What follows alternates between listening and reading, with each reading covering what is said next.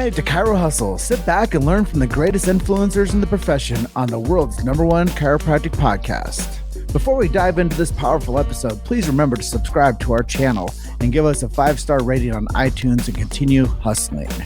This episode is sponsored by Imaging Services, Chiro Health USA, Chiro Moguls, Chiropractic Rocks, True Weight Solutions, Pure Chiro Notes, Titronics, doTERRA, Sherman College of Chiropractic, SCED, New Patients in a Box, the Influencer Authority Podcast Training, and Prime Spine Consulting.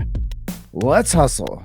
Hey guys, welcome to episode 311 of the Chiro Hustle Podcast. I'm your co-host Luke Millette, and here's your host, Jim Chester. So today we had the opportunity of interviewing Dr. Conor Ward, and if you want to hear how a chiropractor goes from mechanistic to vitalistic, stay tuned. Welcome back. It's another episode of the Chiro Hustle Podcast. Today we have a UK edition. We have Dr. Conor Ward coming in from London, I believe. That's right. We got my co-host Luke Millette coming in from Ann Arbor, Michigan. And myself is coming in from Grand Junction, Colorado. And I'm really excited about this episode and to feature Dr. Conor. He asked me before this got going is if he was the first Irish guy that we've interviewed. And I had to think a couple times. I'm like, I don't know, we've done 300 interviews.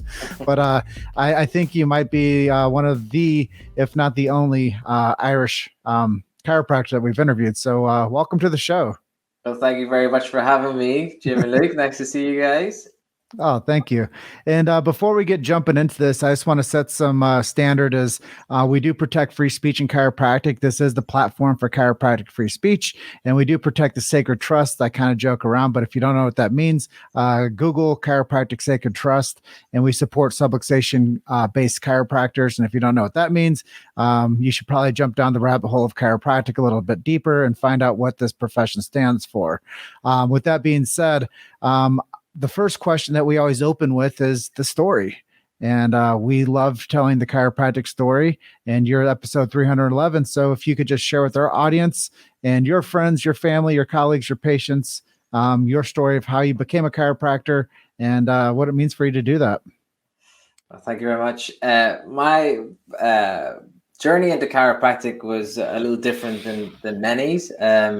I got to the end of my high school education and didn't really know what I wanted to do. I'd never heard of chiropractic at this stage. And I went traveling for a year. So I went to Asia, Australia, and America. And during my time in Australia, on Christmas Eve, in fact, when miracles happen, so it was a chiropractic miracle, I guess, I met 2 chiropractors, a boyfriend and girlfriend at the time, and now husband and wife, Christian and Liz Barney, and they invited me to Christmas dinner.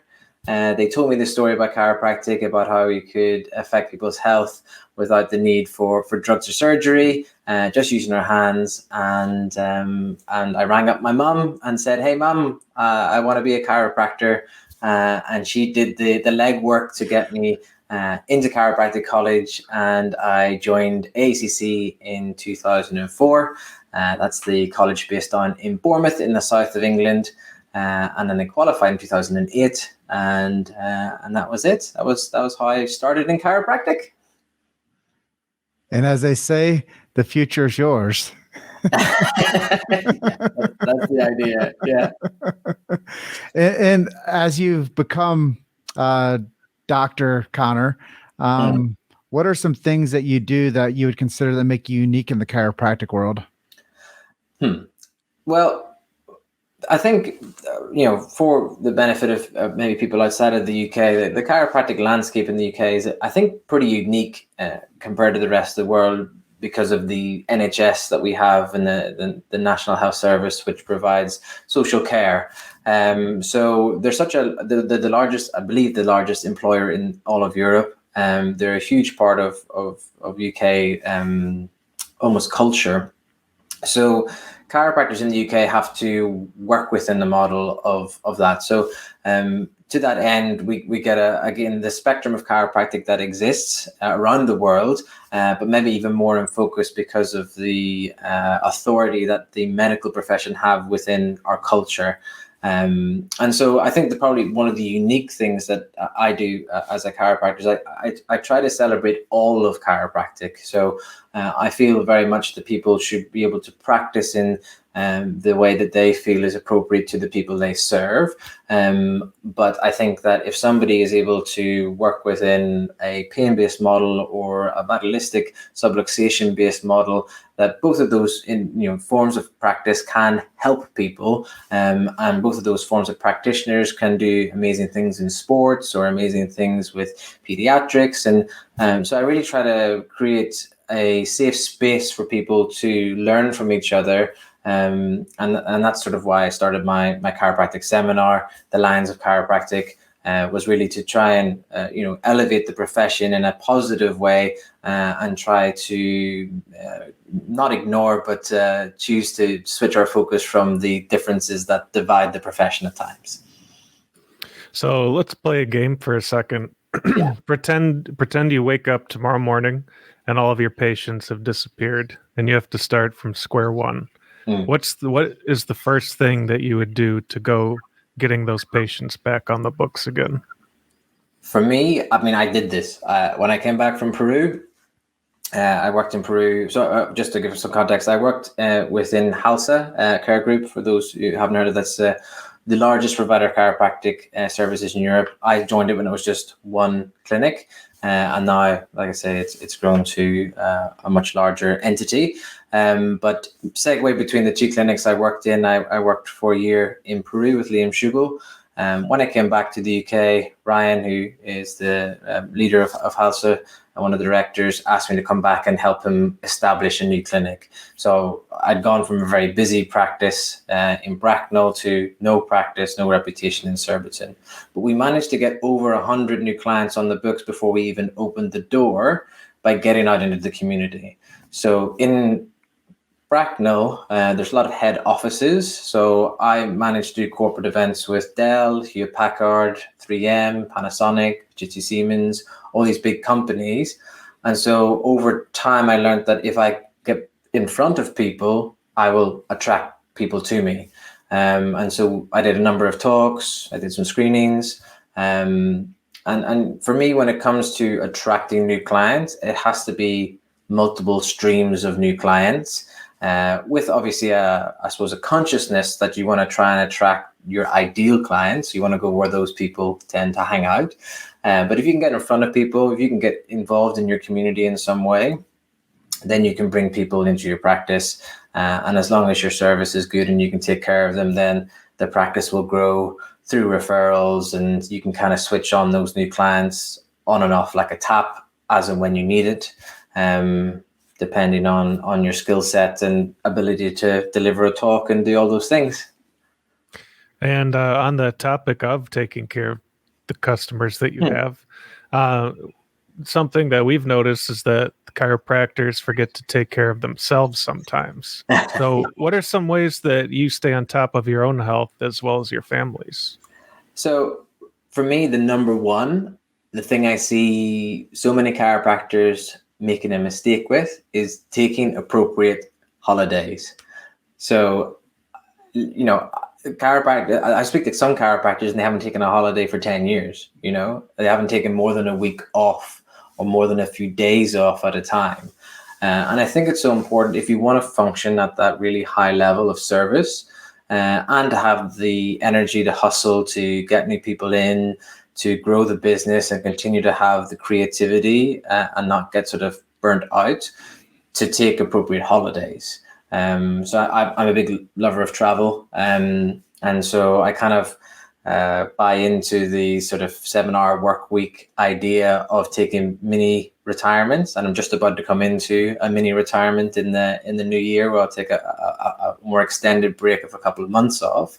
And I really find that helps to keep me at my peak in practice. So I think it's really important for chiropractors to take some time off and just relax, or do fun things and do things that excite them and reconnect with why they became a chiropractor. Do a mission trip. Do some time working in the community in a different way. It really benefits overall life. Yeah, I appreciate you saying that, because as I've worked with so many chiropractors over the past 13 years, um, there is this idea that the earlier that you wake up, you can go work out, and then you can stay over and do notes at night, and then you have to cram in some freedom over the weekend, and before you know it, that's been going on for 4 to 5 years, and there's never a plan for any separation from life and business. And I think it's important for people to understand that you have to take the rest and digest season as well.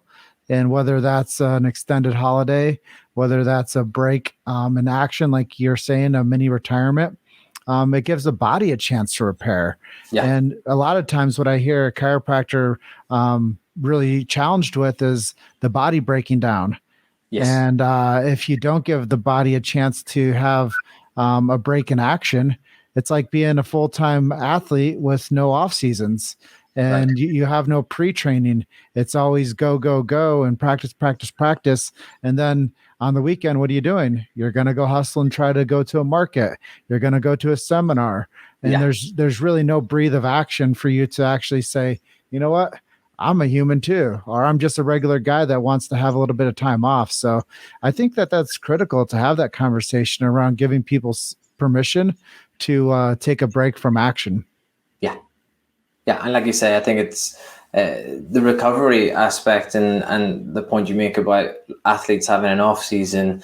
They come back stronger as a result of the rest. And when I talk to clients, I say, you don't go in the gym and lift every weight in there and hope that you're going to get stronger. You have a leg day, you have a back day, you have an arm day, in order to exercise those parts, but it's the recovery that gets the best results from lifting those weights. So you have to have the recovery, you have to have the mental space to think about new ideas, and you have to invest time in your relationships with your family, your loved ones, and make sure that they have the importance of your attention too from time to time. And what are some of your favorite ways to give attention to your community or your patients? How do you stay connected and on the same page with everything that goes on around you? In a wider sense, I think it is just about showing up in your community and supporting people. So when we talk about the chiropractic community in the UK is much smaller than in the States. We've only got 3,500 chiropractors in the UK, which I think is less than half of what there is in California. So it's a small community, and whenever people are starting their own sort of trying to step up and deliver something to the profession, I think it's important to try and support those people. And again, that's sort of one of the things we try to do with our seminar is raise the profile of chiropractors who are trying to do something or give something back with their stuff. Within my client base, and like I say, it's the same sort of idea that if they are doing a sponsored walk, a sponsored marathon, whatever it is, I will give to that. I will see if I can support them in any other way. Turning up in our local community when it comes to the Christmas lights being switched on, to the summer markets, and not even necessarily there to like, hey, listen, we're here to promote ourselves, but just to support other businesses and in the local community. I think that's really important to me. Well, let's get a little bit more granular. You said something about the seminar that you do, the Lions. Let's talk about that and deliver to people the why behind that. Well, to be very honest, it started off because I wanted to speak myself, and I wasn't getting much opportunity. Brad Glowacki came to the Edinburgh Lectures in 2012, I think, and he asked the audience to shout out one of their dreams that they had, and I raised my hand and said I wanted to speak on stage like him. And Billy D was also at that particular seminar, and I came to ask him some advice after doing Cal Jam for so many years, and he said I had to have something to talk about, and if I didn't have something to talk about, then no one was going to ask me to do nothing. So that was part of the reason I went to Peru and tried to see chiropractic from outside of the UK. I traveled to Australia and New Zealand and South Africa in order to see chiropractic on the worldwide stage, and try to bring those ideas back and thinking about how to raise the profile of chiropractic within the UK. So when I started in 2008, about 50% of people thought I dealt with feet. They thought I was a chiropodist because they see the chiro in chiropodist, and they were confused. Like, is that the feet people or the back people? So chiropractic in the UK has come a long way in the last 13 years I've been in practice. I think because of, and in large part because of our American cousins having their high profile sort of athletes giving testimonials, or, even some of the ring dinger cracket videos on YouTube. They, whether you like them or you hate them, they do raise the profile of the profession, and people hear the word chiropractic, which, like I say, small amount of chiropractors in the UK, 3,500 compared to 60,000 physiotherapists. We're a drop in the ocean when it comes to the manual therapy thing for now. Chiropractic colleges are opening up in the UK. There's been several opened in the last few years. If the Scotland College opens next September as planned, there will be 7 chiropractic colleges within the UK, and it really will become one of the worldwide producers of chiropractors.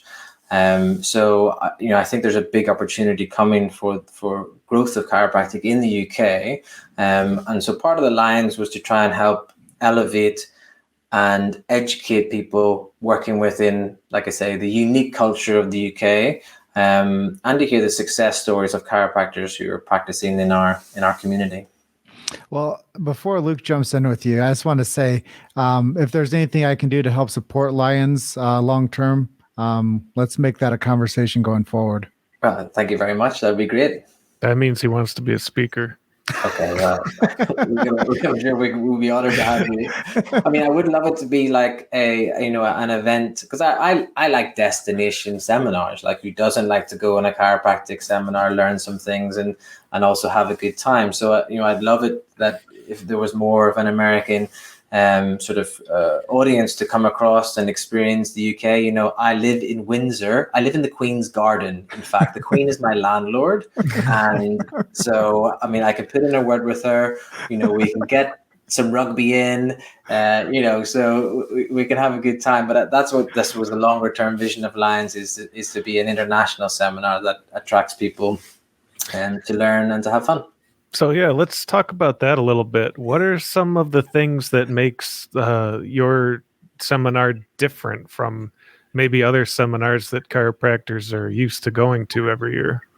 Well, within the UK, there's a sort of, for want of a better word, the mechanistic vitalistic split.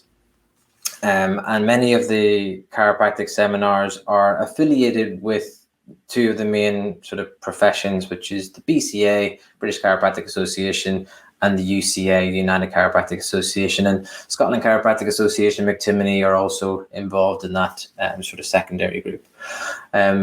So I wanted to create the Lions as something that was non-affiliated with any of those groups. I have to be very honest that when I left college, I was very mechanistic and probably a bit bullheaded in my sort of thoughts around chiropractic. A same sort of story I see over and over again from some of our education institutions. Subluxation was a swear word to me. The idea of open plan adjusting seemed abhorrent. And then I just happened to go into a practice that helped to support me and made it part of my contract that I went to one of these vitalistic seminars. And slowly over time, I started to realize that some of the narratives I've been fed along my chiropractic journey up until that point had been maybe not wholly truthful. And like I say, I think I almost did like a 180 when it came to the opinion of those. Whenever we worked in Peru, it was very high volume and semi-open plan. I work semi-open plan now with pods in the UK. And, the idea of practicing that way whenever I left college was very alien to me. So I wanted to create, like I say, a space where people can just come and learn from some great chiropractors within the profession without being worried sort of if it was one way or the other when it comes to that type of thing. You've made it to Chiro Hustle. Sit back and learn from the greatest influencers in the profession on the world's #1 chiropractic podcast. This episode is sponsored by Imaging Services, Chiro Health USA, Chiro Moguls, Chiropractic Rocks, True Weight Solutions, Pure Chiro Notes, Titronics, doTERRA, Sherman College of Chiropractic, SCED, New Patients in a Box, the Influencer Authority Podcast Training, and Prime Spine Consulting. Let's hustle. So it might be a lot different from you being overseas in another country, but where do you see chiropractic finding itself in the next 20 years? Maybe not just in your country, but maybe globally. How do you see it evolving? Well, I mean, like I said, I've invested time into seeing how it is globally. So a large proportion of the associates we get in Hälsa are from South Africa. I pay close attention to several of my friends work in Australia, and obviously, like I say, I go to America at least once a year for different seminars and things of that nature. So it's definitely much freer to practice how you kind of wish to practice in America. What I see in Australia and in the UK is pressure from our licensing bodies to conform to a certain way of chiropractic. And from my own personal thoughts, the idea of how to promote vitalistic chiropractic has to be by forming collaborations with other researchers in order to demonstrate the benefit of what we can do beyond back pain and neck pain. So, for example, I'm working with a international cerebellum researcher called Winfried Dorr. He works with about 70 chiropractors in America. He didn't know anything really about chiropractic until a couple of years ago, but he thinks that chiropractic is essential in helping the cerebellum function normally in children with developmental delay, in athletes who have had some form of head trauma. And so his sort of philosophy, without putting words in his mouth, is that chiropractic clears the interference. And then if you can do functional exercises, you can create stem cells within the brain tissue that create new neuronal pathways, which help with brain plasticity and recovery or learning in developing minds. So I think it's important to do things like that. And I really think like smart tech is, I think of like, what would BJ do if he was born in this time? And, he loved emerging technology. He loved emerging science. So I think if the fact that we can see mobile phones in my lifetime go from bricks, which you could play Snake on, to the sophisticated tech that we have nowadays, if smart technology can advance at the same rate, and I think 20 years from now, it'll probably be quite normal for people to have a history of, non-bias, qualitative information from tracking their smart tech, to have chiropractic as an intervention, and then to be able to see changes that happen with blood pressure, heart rate variability, sleep quality, all the things that our patients or clients experience every day in our practices, but we haven't been able to demonstrate in a sort of acceptable way up until this point. So I really think that chiropractic is going to become more mainstream, that we're going to have more chiropractors, we're going to have more people talking about the positive effects of chiropractic. So I only see growth, but there is danger if we don't play the game right, that vitalistic side of chiropractic will be stamped out. So we see particular resistance of that in Australia and in the UK, and probably in other areas around the globe, where certain institutions are trying to censor certain information or certain speakers from coming to colleges. And for me, I think we're all intelligent enough to make our own decisions about how we want to think about or learn about chiropractic. So I think it's important to encourage as many people from a variety of chiropractic backgrounds to speak and teach their truth. This is a fascinating answer. I do believe that the development of a hands-on profession has to be in step, like you said, with the advancement of technology in all aspects of life. Because now people can track their sleep with the thing, and they can track their meditations with the thing, and they can track their running with the thing, and they can, track what they eat. They can track their weight. They can track their HRV. Like, everything's so trackable. And I think that they're eventually going to be like, well, the people that get regular chiropractic care, as we track them with all these other things, we're going to show that their outcome of health is much superior, and they have less propensity to have sick days, and they have higher qualities of standard of living, and higher qualities of standard of life, and higher earning capacity. And I think that we're going to see that over time, as chiropractic is the real port of entry, or as whatever nature of phraseology people want to use. But you coming from a mechanistic strategic mindset to now understanding more of a vitalistic health from inside standpoint. Yeah, we are at these interesting influences that are coming from the college level to the regulatory level to the practitioner level. And I do think that the practitioner level is the one that matters the most, because they're the ones that are out there making a living with the skill of the education. And they have to be the ones that say, hey, I'm over here, guys, and the things you're doing in the school, it's not warranted. And the things that you're doing that doesn't go in the direction of the future chiropractic with outcome scenario, then it's not warranted either. So it's a time to tell the truth bigger, I believe, for the next 20 years, and to really show that there is an outcome of healthier people that have chiropractic lifestyles. And that's the big win. And I do believe that that's going to be the big win globally, is that people that see a chiropractor just have a better quality of life. Yeah. And I think it's, we already are getting those breakthroughs at sporting level, right? The two main populations that we fortunately or unfortunately see are people who've lost function or in some form of symptomatic distress, and people who are trying to attain the highest level of function. So the more research that comes out from, Premier League football clubs, top end rugby clubs, American football clubs, where they're actually tracking, like, is it worth having a chiropractor on our medical team?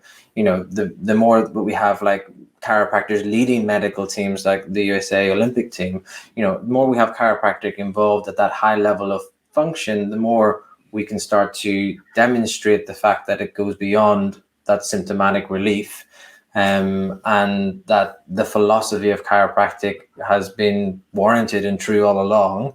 But we're the generation that are in that in-between phase where we just gotta hold tight to all those things and continue to educate and continue to expose the next generation of chiropractors to the big idea, and trying to get them to get, the chiropractic goes beyond what they've been told into a much deeper level. Well, it still goes to this distinction that's been at the conversation for a long time. What does a chiropractor do? Well, they keep people healthy. What does the other type of doctor do? Well, they save you from dying.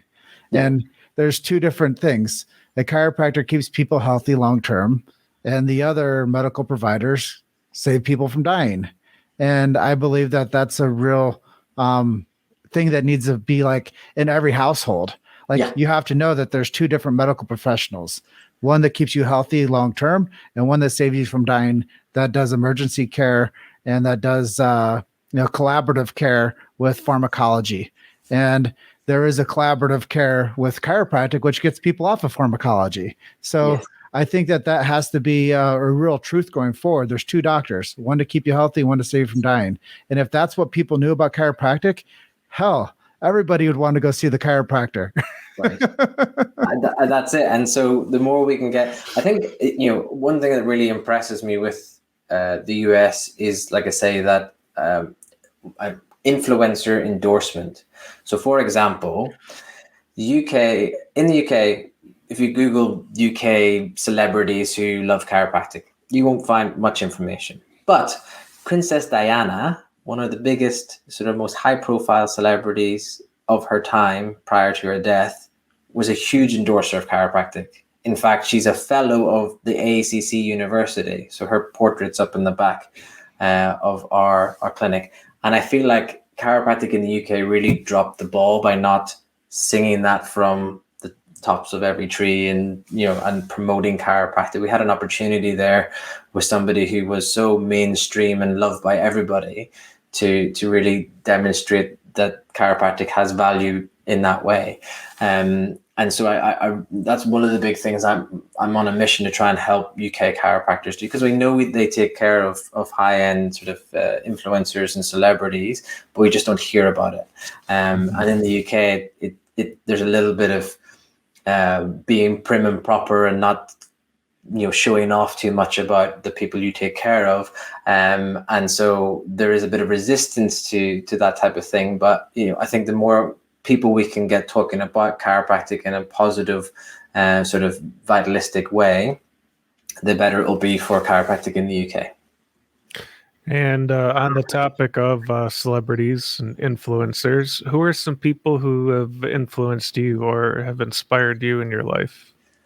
Well, it's a really interesting question. So when I actually compiled this sort of list in my head, it was people who endure.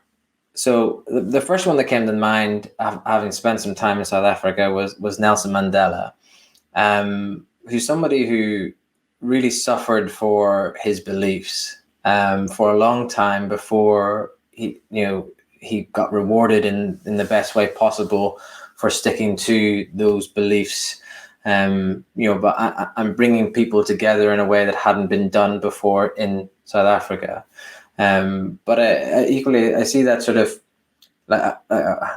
when I was in South Africa, I met Elon Musk's former headmaster, who told me about how much he was bullied in South Africa, and for him to overcome that and get, and I don't know if you know that Elon Musk's great-grandmother was the first chiropractor in Canada. So he has chiropractic origins, if you like. But for him to overcome that bullying and to endure and to get to the level he has now of innovation and having his impact on the world really inspires me as well. And makes me think about the people I serve each day, the profession I serve, and the way I can, to try and like I say, endure as much as I can with the message I hold in my heart to bring that to the world.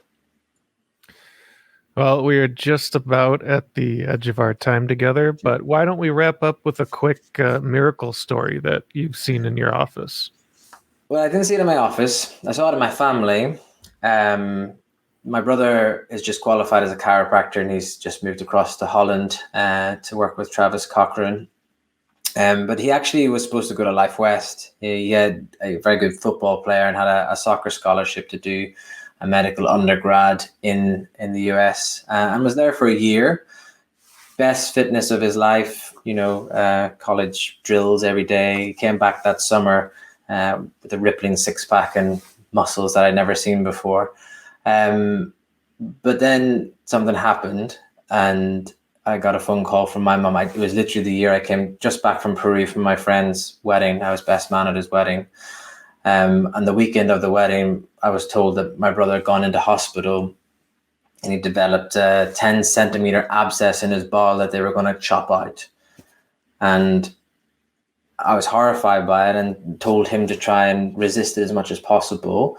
And then luckily or slightly unluckily, the way you look at it, the abscess in his ball causes kidneys to go into failure. So he was transferred to a different hospital. He was put on dialysis on twice a day because his blood cholesterol levels had gone, cortisol levels had gone so high. And things were looking pretty dire. So the doctor told my parents to prepare for him to have a bowel operation and a kidney replacement. And he was 21 years old. So my mum and dad were trying to discuss who was going to give him a kidney. Whenever I got a chiropractor to come in and give him his first adjustment, I then flew across the next day and started to adjust with just trying to help in the only way I knew how, which was chiropractic, right? So I started adjusting him 3 times a day. Initially, the tone in his neck and mid-thoracic was just rock solid. But by the end of the third attempt, we started getting some cavitations. And they don't prepare you for trying to adjust your younger brother's neck when he has a tube going through his carotid artery into his heart. So there was a bit of a moment. It's like, I think it's fine. It's probably fine, right? So we laugh about that now, that it was just a hand on heart faith moment in chiropractic. But he started to respond. His body started to heal. And 5 days later, he was released from hospital without any operation on his bowel or his kidney.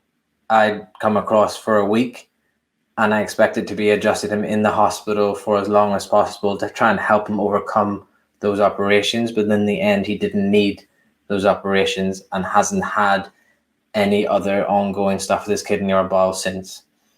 So when it comes to certainty in chiropractic, my brother's is rock solid, because he's 100% convinced that it saved his life. And that's the real miracle that I think of whenever I get a challenge in chiropractic. That the reason I think about the amount of people who, if they were adjusted whenever they're in health crises, how many of them would actually be able to recover in a spontaneous, natural way. And I know chiropractic is not the heal for everything, but I feel like nervous system function is something that's so commonly overlooked within the wider medical profession. And we really are the masters of restoring that brain-body connection, and letting innate flow and do its work, which, like I say, won't fix every problem, but I'm damn sure would fix a lot more than what we give it credit for. And on that note, we are going to sign off. Dr. Conor, thank you for being our guest today. What websites can people go to? What if they want to sign up for your seminar? Where do they go? Well, you can go to the lionsofchiropractic.com. We've got an Instagram page. You can see me as well, Dr. Conor Ward, the Health Elevator. That's my little tagline. And like I say, you can reach out and contact me. If you want to learn how to talk to companies and how to convert people into practice through different types of talks, I give a seminar and now a webinar on that. And like I said, I teach people how to do day 1, day 2 procedures, and that's what I really teach all the new people in our practice. So you can reach out to me on there, or just come and say hi. I'm sure I'll see you at a seminar in the future, either in Europe or over in the US. Well, thank you for being our guest today. You're episode 311, and I really believe that you did change the course of your brother's life and the course of your life with chiropractic. And it is about tone, and you did restore tone to his body, and you restored tone to his nervous system, and that's vitalism at its finest. And it was a fantastic episode, and thank you for being our guest today, and hopefully you get some rest tonight. Yeah, well, my pleasure, and thank you for having me on. I'm really honored. Thank you. Anytime. Enjoy the rest of your evening, and we'll see you next time. Cheers. Thanks, Conor. No worries. All right. Have a great day, guys. And I'll see you soon, hopefully. Yep. Bye for now. All right. Take care. Bye-bye. Thanks for listening to Chiro Hustle. Don't forget to subscribe and check back next week to continue hustling.